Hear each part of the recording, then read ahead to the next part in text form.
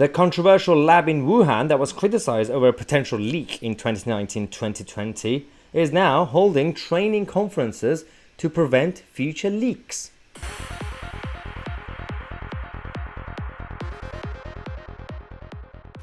What a coincidence! It's a coincidence that the Wuhan lab are holding training conferences to discuss the prevention of leaks in the future. Which are, by the way, is no pun intended, because leaks could apply to media leaks, which happened under their leadership, but also actual lab leaks as well.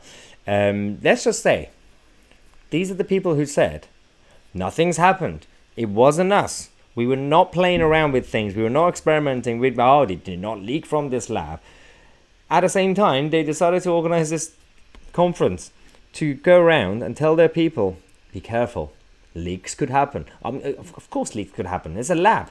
And it should be part of your kind of induction, like when you first join. But they've been discussing all these things. And it's a bigger kind of training session. And they're discussing all the stuff that's been happening over the past 2 years, which is fascinating, because if it weren't for certain people trying to expose these stories, nobody in the West would know, because the Chinese Communist Party wouldn't talk about these things. But they've had workshops. They're doing workshops with, they bring in their own scientists to tell the crowd about leaks. If you say you don't do leaks, then why are you so concerned about these workshops? One of the problems is that when we talk about this, the National Pulse actually really helped us to find out the details of this story. They did say that the event featured several researchers from the CCP's controlled lab. The Deputy Director General, the Deputy Director, and one of the key professors was also there. And it's fascinating. This course covered biosafety and, of course, the lab overview of generally how it works, the whole operation, the management system, the PR system, the biosafety code of conduct for scientists, bioethics, which is apparently a thing in China. They don't really follow it, but yeah, everything around it. They did it because they want to make sure they don't get exposed in the future.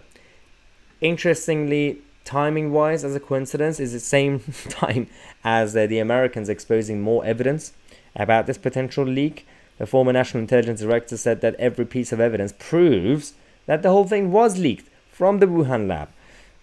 And at the same time, just a coincidence that they decided to host this workshop to discuss leaks and biosafety and security.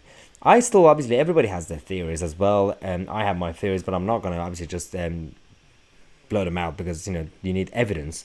Whether it was an experiment going wrong, whether it was leaked on purpose, whether it was in the middle, doesn't really matter, because the evidence is showing that whether it was intentional or unintentional, it was generated from there.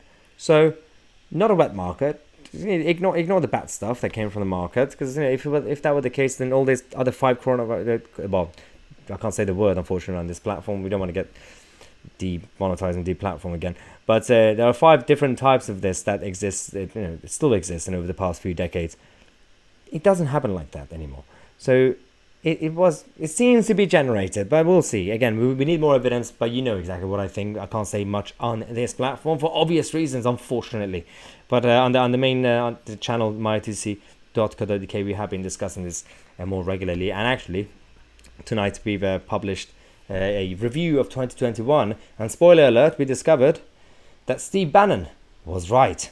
That's the spoiler I'm going to give you. Go watch the video. Thanks again for watching. I'm mytousi, and we are the media.